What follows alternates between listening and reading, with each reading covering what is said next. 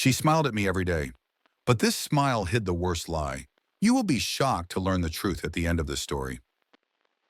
The house was too quiet for a Saturday afternoon, which ironically made it easier to hear the glitch. That smart thermostat Amanda insisted on last fall, the one with voice-activated scheduling and climate learning, kept restarting mid-command. I knelt beside the sleek touchscreen near the hallway and pulled out my toolkit, cursing under my breath when the firmware wouldn't load properly. I didn't mind doing this kind of thing. Fixing bugs in machines was part of my job as an IT specialist for an insurance software firm, but I hated when the bugs lived inside my own house. As I ran a manual diagnostic, a buried submenu flickered open. It shouldn't have. That was admin-level access, and I knew I hadn't set a password that simple. The voice memo icon blinked once, then stabilized. My thumb hovered over it, suspicious. Amanda had said this model didn't support local recordings, but there it was, a single audio file with a timestamp from 2 weeks ago, during one of those evenings when she claimed to be at therapy. I didn't recognize the name of the file, but I hit play. What came out of the speaker knocked the breath right out of me. Her voice, confident, warm, a version of her I hadn't heard in months. Tyler, seriously, it's like stealing candy from a kid. He doesn't ask questions. He just pays the bills and praises me for being strong. She laughed. No, she cackled. Honestly, we could clear his savings in under a year. Then we bounce. A fresh start. Maybe Seattle. Somewhere smarter, somewhere you and I can build something real. The speaker crackled slightly, then her voice returned, softer but razor sharp. Michael? He's a loyal puppy. He'd follow me off a cliff and never even notice the knife I buried in his back. I slammed the screen so hard the whole panel blinked. My ears rang. My face felt like it had been slapped. A hole opened in my chest, and for the first time in a long time, I didn't feel pain. I felt rage brewing like a storm behind my ribs. Amanda, my wife, my best friend of 10 years, Lily's mother. I staggered to the kitchen, yanked open my laptop, and dove into the cloud syncing app I'd helped her set up last year. She'd never changed the password. Her calendar popped up instantly. Therapy, she said. Late-night client calls. I opened the entries from the past month. 3 nights marked consultation with HR, 2 nights labeled book club, 4 nights, 4, had a repeating title, monthly strategy review, Tyler, the fucking gall. I screenshotted every entry, backed up the thermostat recording onto 2 separate drives, one local, one remote, and stashed them under encrypted names. My hands trembled the whole time, not from fear, from restraint, from the white-hot desire to confront her right then, tear apart the life she thought she'd hollowed out behind my back. But I didn't. That would be messy. That would be reactive. No, Amanda wanted a new life? She'd get one. I'd hand-deliver it to her, slowly, one shattered illusion at a time. I watched the baby monitor feed from Lily's room as I worked, her soft snoring calming the wild firestorm in my gut. Our 6-year-old was sleeping with her stuffed turtle again, the one Amanda once called a distraction from independence. I stared at the screen and felt something harder than anger grow inside me. Something cold, steady, measured. Amanda didn't just cheat on me. She plotted to gut our future, leave our daughter behind like clutter from her past, and laugh about it like it was clever. So I started planning. First step was to act normal. I greeted Amanda with a smile when she got home late that night, her hair windblown, her scent tainted with some high-end cologne I didn't own. I played the part. I kissed her cheek, poured her wine, and listened as she talked about some tough discussion with her therapist. My jaw ached from clenching. She didn't suspect a thing. Later, after she went to bed, I stayed up reviewing the finances. Our joint account showed nothing unusual, but I'd set up a secondary alert for any new payment methods tied to her name. If she was going to drain me, I'd see every siphoned penny. At 2:12 a.m., I opened an old family photo. The 3 of us at the botanical garden, Lily holding Amanda's hand, beaming up at her like she hung the stars. Amanda was smiling too, not the practiced kind she wore at cocktail parties or school functions. This one looked real. That photo twisted the knife, but I saved it anyway. Reminder of what was. a reference point for everything I'd demolish. By morning, I had a map. I had the first step carved out, and it would start small. Just a whisper of doubt seated where Amanda thought she had total control. She'd given me the truth without knowing it, and I'd make sure she never saw the lie she lived collapse until it was already buried beneath her. 2 weeks passed. I kept the mask on. Every morning, I kissed Amanda goodbye like a dutiful husband. Every evening, I cooked, helped Lily with her sight words, and complimented Amanda on her dedication to therapy. Inside, I was counting. Every hour, every excuse, every late-night shower she took when she got home, exhausted. I cataloged each sigh, each text she typed just out of reach of my vision, each fake yawn when I asked how her meetings went. She was a bad liar, but worse, she thought I was too stupid to notice. I wasn't. It was a Tuesday when the next crack formed. I just picked Lily up from preschool. She was clutching a macaroni necklace and beaming about some storytime book, and we were barely home when I noticed the manila envelope on the counter. It was addressed to the parents of Lily Carter.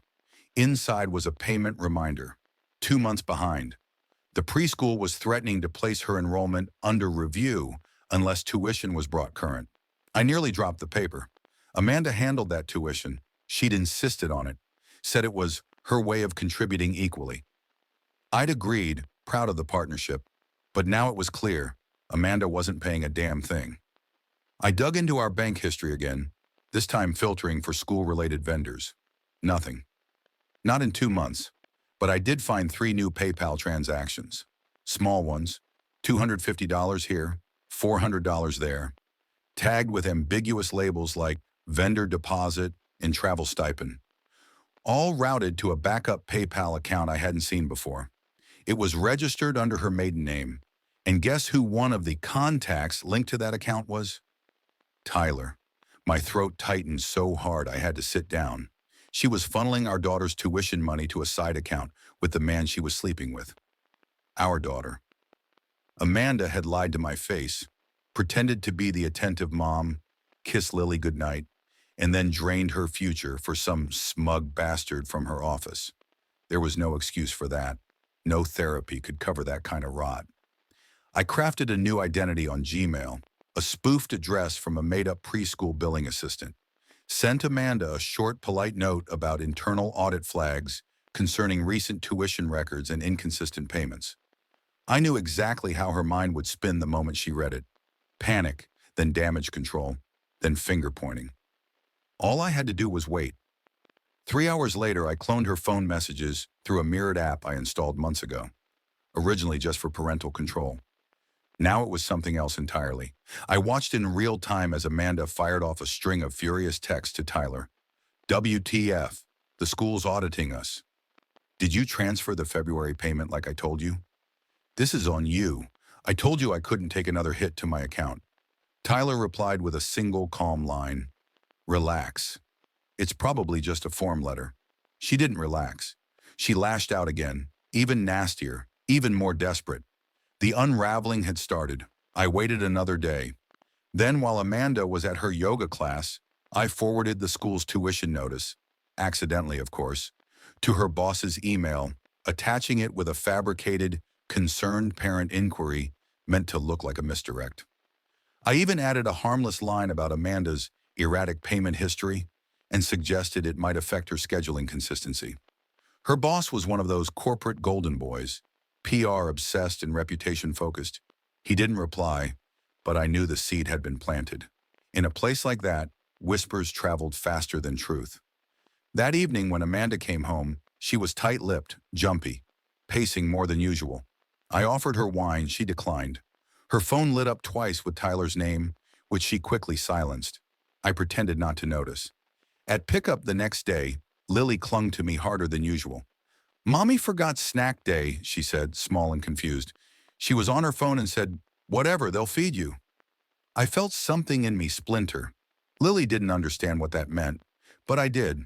Amanda had always been career-focused, yes, but she'd never neglected Lily before. Not like this. Not with contempt. Back home, Lily was coloring quietly at the table, tracing stick figures in a world where she still felt safe. I sat beside her, watching the sun drift through the window. My daughter didn't deserve this. Not the lies, not the neglect, not the poison Amanda was smuggling into our home behind smiles and kisses. Amanda texted from upstairs asking what was for dinner. I didn't answer. That night I checked her boss's LinkedIn. His status had changed to reviewing team ethics standards under a post about workplace accountability. I grinned. The dominoes had begun to fall, and tomorrow I had something special planned for Amanda's video interview. Something that would make her doubt the one place she still believed she had full control. Her career, her carefully curated corporate image, her lifeline. This wasn't revenge, not yet. This was exposure. This was truth catching up. And truth doesn't knock. It breaks the damn door down. I woke early the next morning, even before the sun broke across the faded curtains in our room. Amanda was still asleep beside me, her hair tousled, mouth parted slightly, one hand clutched around her phone like a lifeline. I stared at her for a moment, not in longing, but in recognition. This woman I once would have crawled across glass for was now a stranger disguised in my wife's skin. Today was her big promotion interview. Senior brand strategist, a position she'd been chasing for a year, maybe more. Late nights, extra presentations, all of it built toward this one moment. And I was going to hollow it out right in front of her, slow enough for her to taste every bite of failure. She left early, in a tailored navy suit I hadn't seen before. Probably new, probably bought with Tyler's help. She pecked Lily on the forehead, waved goodbye to me like everything was fine, and walked out the door with a breezy smile. I slipped into my office, pulled up the company's remote session portal I still had access to from when Amanda's laptop had a syncing issue a few months back. She'd never revoked my admin rights. People always forget the small doors they leave open. The virtual meeting software had 3 plugins. I embedded a lightweight script that interrupted audio every 40 seconds for a half second. A tiny stutter just long enough to make speech feel choppy. Add a bandwidth throttle, and the program would glitch on her every time she tried to speak with confidence. Her answers would be clipped, disjointed, and unreliable. In a corporate room full of sharks, that's enough blood to start a frenzy. At 10:02 a.m., her interview began. I watched the session run in the background, untraceable, while I made Lily pancakes shaped like stars. She giggled when the first one flopped. "It's a moon now," I told her, flipping it again. From the next room, Amanda's voice filtered faintly through my laptop speakers. Staccato, frustrated, the rhythm of someone fighting a machine they didn't understand. I checked the internal chat thread. "Can you repeat that, Amanda? Your audio's breaking up again. We're losing you." By 10:18, she'd started snapping back. I could hear the edge creep in. "It's your end, not mine." She sounded defensive, then brittle, then defeated. Afterwards, she stomped through the front door like a bomb wrapped in perfume. Her heels thudded hard against the floor. She didn't even look at me, just threw her bag down and muttered something about IT incompetence. Lily watched from the living room, silent, her crayon paused mid-sky. "Why is Mommy always mad?" she asked, voice small, eyes uncertain. I swallowed the bile crawling up my throat. "She's just having a tough day, sweetheart." I bent down and helped her shade in a blue sun. "You're doing great." That night, Amanda vented to Tyler over text, again, unknowingly in front of me. Her tone was manic, desperate. "They said they'll circle back. That's code for no, right? I killed the prep. I had it perfect. Everything glitched and they looked at me like I was stupid." Tyler replied with a thumbs up. Just that. No words. I could feel the heat rise in her replies, like she realized just for a second that he didn't care whether she sank or swam. Then came the next phase, the forged expense report. Using a copy of Amanda's work template, I created a document listing travel reimbursements she'd never submitted, flagged with phrases like unofficial summit and out-of-network retreat. I included vague destinations, just enough for her higher-ups to raise eyebrows. None of it was explosive, not outright criminal, but in a firm obsessed with appearances, it looked sloppy, suspicious, risky. I sent it from a disposable encrypted inbox to her company's ethics tip line, attaching a brief message. "Concerned employee, Not sure this is allowed under policy. I knew how these things worked. First comes the internal investigation, then the tense meeting with HR, then the silent weeks of cold stares and colder emails. Amanda didn't notice anything was off for a few days, until she opened her inbox one morning and froze. I watched her over the kitchen island as her jaw clenched. "What's wrong?" I asked, sipping coffee I hadn't sweetened. She didn't look up. "Just work." Later that afternoon, I checked the cloud logs. She'd downloaded the report, the one I'd faked. Amanda was slipping. Fast. The next day, Lily handed me a crumpled drawing from her backpack, a stick figure woman with a big red frown and fire under her feet. "This is Mommy," she said. "She was yelling yesterday, so I drew her mad." I didn't know whether to laugh or cry. My daughter was mapping her mother's spiral in crayon and construction paper. But Amanda wasn't just imploding, she was starting to panic. Her confidence in Tyler was already cracking. The pressure at work was rising. Her lies were turning into quicksand under her feet, and I was the one pouring the water. I kissed Lily goodnight and whispered a story into her ear, a silly tale about dragons and secret gardens. But as she drifted off, I stared at the ceiling above her bed and felt the next plan form in my head. She thought she could turn our life into a game. She thought she could lie her way into a new one. She had no idea I was playing too, and I was 5 moves ahead. Sunday started like most others. Quiet, cold coffee on the counter, and Lily humming to herself as she dug through the hallway closet. She was looking for her dollhouse. Not just any toy, but the handcrafted heirloom my grandmother built, passed to my mom, then to Lily on her 4th birthday. I heard her little voice echo, "Where's my house, Daddy?" And the bottom dropped out of my stomach. Amanda didn't even flinch when I asked. "It was falling apart," she said flatly. "Donated it last week." She never played with it. Her face didn't twitch. No guilt, just indifference. She'd thrown away a piece of my family, of our daughter's childhood, without a word. I stared at her for a long second, then walked out of the room before I could say something I'd regret.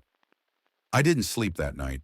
I scoured neighborhood resale groups, local thrift store listings, even the back corners of Facebook Marketplace. And I found it, our dollhouse, sitting on a dusty shelf at a consignment store on the east side, price tagged at $40. Still had Lily's name in pencil on the base. I bought it back the next morning, and that's when the plan clicked. I printed flyers for a fake neighborhood swap day, slipped them into mailboxes up and down the block. Everyone loves free stuff and a feel-good Saturday in the sun. Amanda, ever the image-obsessed social butterfly, jumped at the chance. She preened and packed a box of throwaways to donate, smiling like she hadn't gutted our home with her selfishness. The park tables filled quick, parents chatting, kids running wild. I made sure the dollhouse sat right in the center, cleaned up, glowing like it belonged to someone who still gave a damn. Lily's teacher, who agreed to host, stood nearby smiling. When Amanda spotted it, her breath caught. Lily squealed, "That's mine! That's my house!" She ran to it, arms around the wooden chimney like it was a long-lost pet. Amanda stormed over, eyes wide. "Where did this come from?" she hissed. "Someone must have donated it," I said, innocent as hell. Funny how things come full circle. The neighbors watched her freeze. Her mouth moved, but no words came out, until she snapped. Loud. "This is sabotage. You set this up to make me look crazy." A silence fell over the picnic tables. Her voice had turned jagged, too sharp for the setting. Parents traded glances. Kids stopped mid-run. She realized too late that she was the only one yelling. I kept my expression still. "It's just a community swap, Amanda." Later, I called Lily's school and spoke with the guidance counselor. I didn't accuse. I simply shared that Amanda had been showing signs of stress, that maybe someone should keep an eye on Lily, just in case. That night, Lily handed me a crayon drawing. It was a sad face with orange hair, circled in red. "That's Mommy when she yells," she whispered. Amanda barely said a word all evening. Just paced, scrolled through her phone, cursed under her breath. I didn't interrupt, because next Thursday was her precious book club, and I was going to let Amanda speak for herself. Thursday came fast. Amanda's book club night. She made a show of cleaning the kitchen, lighting candles that smelled like fake ocean air, setting out cheese plates and overpriced wine. all to impress a handful of women she barely liked. She wanted them to see her as a poised, successful woman who had it all together: a career, a cute daughter, a home with good lighting. The kind of image that begged to be torn apart. And I had the match. Earlier that week, I discovered a voicemail she left Tyler in a rush, one that got auto-synced to her cloud inbox. She was venting. Not about work, about Lily. And she clings to me like I'm her damn emotional crutch, crying about a stupid turtle doll again. It's exhausting. She's too needy. I'm her mother, not her therapist. That venom in her voice, aimed at our daughter, made my blood turn to ice. So I uploaded the clip to our smart home speaker. Quietly, programmed it to play on loop at 7:45 p.m., right when the women would be mid-whine and mid-gossip. Amanda never checked the speaker routines. She didn't care how the tech worked, just that it made the house feel premium. The guests arrived in their usual polished chaos. Hugs, laughs, heels clicking on tile. Amanda laughed loudest of all, pouring drinks like her soul wasn't leaking through the cracks. And then, right on cue, her voice cut through the living room. And she clings to me like I'm her damn emotional crutch. The room froze. Confused looks. Then again, crying about a stupid turtle doll again. Amanda's smile cracked. She fumbled with her phone, panicked. That's not... I didn't... Someone hacked the speaker. It kept playing. She's too needy. I'm her mother, not her therapist. Her guests stared in open discomfort, glancing at one another, eyes wide. I stood in the hallway, out of view, listening as Amanda scrambled, red-faced, trying to stop the loop. Her voice, the fake warm one she wore like makeup, was gone now. What was left was panic and shame. Tyler's cousin, a woman named Jenna, muttered something under her breath and walked out. Another woman followed. Amanda finally yanked the power cord from the speaker, chest heaving. I didn't gloat. I just walked past the living room, nodding once at the stunned silence. Everything okay in here? No one answered. Lily came downstairs, rubbing her eyes. Daddy, why is Mommy yelling again? I scooped her up gently. Just grown-up stuff. Let's go read a story. Upstairs, I read her one of her favorites, the one about the raccoon that gets lost but finds his way home by remembering who loves him. I didn't even stumble once. When I tucked her in, I heard Amanda slamming doors below, pacing, calling someone. I checked the message log. Tyler ignored her call. Twice. I sent the clip to Amanda's sister that night. Subject line: thought you should hear how she talks about Lily. The reply came an hour later. I'm done defending her. Thank you for protecting your daughter. By morning, Amanda's social group was radio silent. Her text messages unanswered. Her sister blocked her. 2 women from her book club unfollowed her public business page. Just a few small rips in the web she'd spun, but I knew more would come. That night, Lily asked, "Does Mommy hate me?" It felt like someone punched my lungs from the inside. I crouched beside her. No, sweetheart. Mommy's just confused right now. I hugged her until she stopped shaking. Amanda slammed the bedroom door that night without a word. But I wasn't done, because soon her life was going to glitch in public, just like she did to ours in private. The next week felt different. Amanda moved through the house like a woman living in someone else's life. She still played the part when she had to, still curled her hair, still wore her big fake sunglasses at school pickup. But there was a desperation now, an edge to every movement, like she was one breath away from shattering. I figured it was time to speed things up. First came the grocery tampering. I hacked into her delivery app, something I'd set up myself years ago when we first started using it.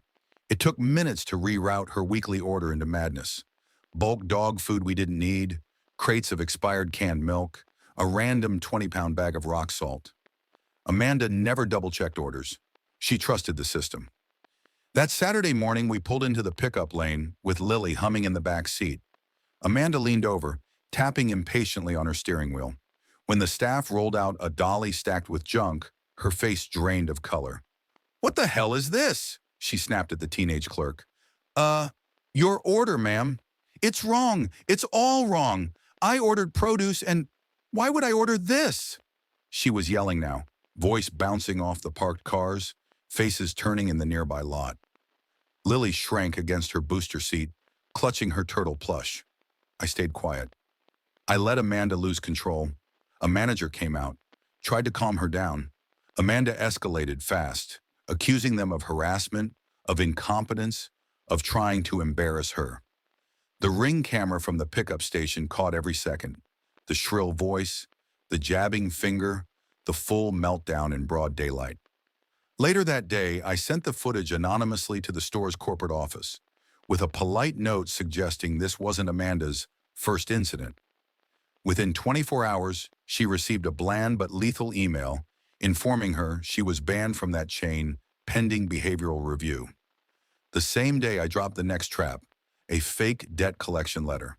I crafted it carefully, an official-looking email claiming an overdue balance linked to childcare tuition services had been reported to a collections agency. The amount matched exactly what she'd funneled to her side account with Tyler. At first, she didn't say anything. She paced the kitchen, phone in hand, breathing shallow, face pale. Then she exploded, tore through the bills, muttering about being set up, about someone trying to ruin her. She slammed drawers, cursed at invisible enemies. Lily watched from the stairs, silent.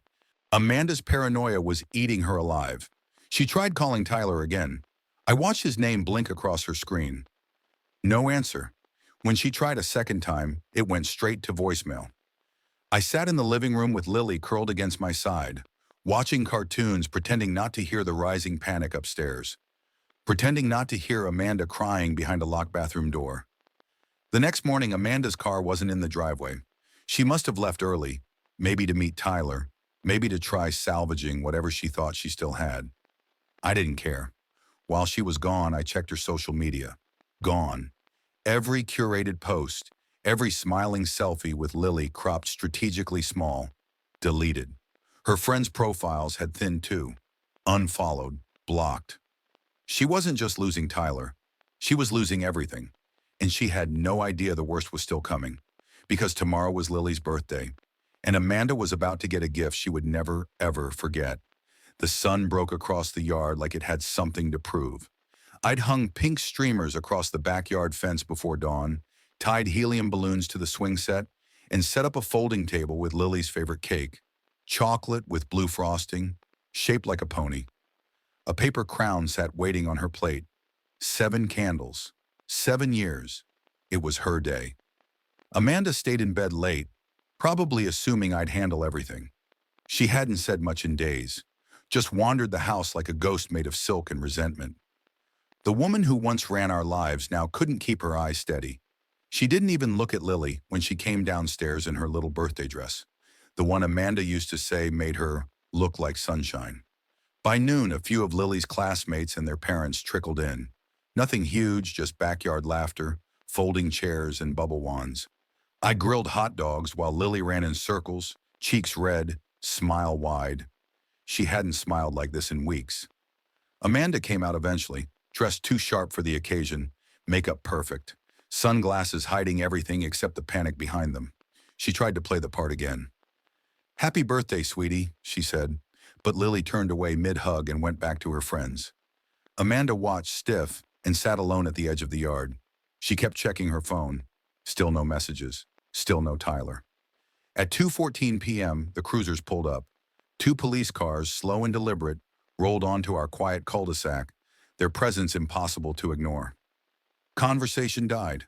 Children paused mid-giggle. Amanda stood like someone had poured ice water down her spine. The officers got out calmly, walked across the lawn. One of them, older, broad-shouldered, unreadable, asked for Amanda Carter by name. She blinked. What's this about?" The younger one unfolded a document.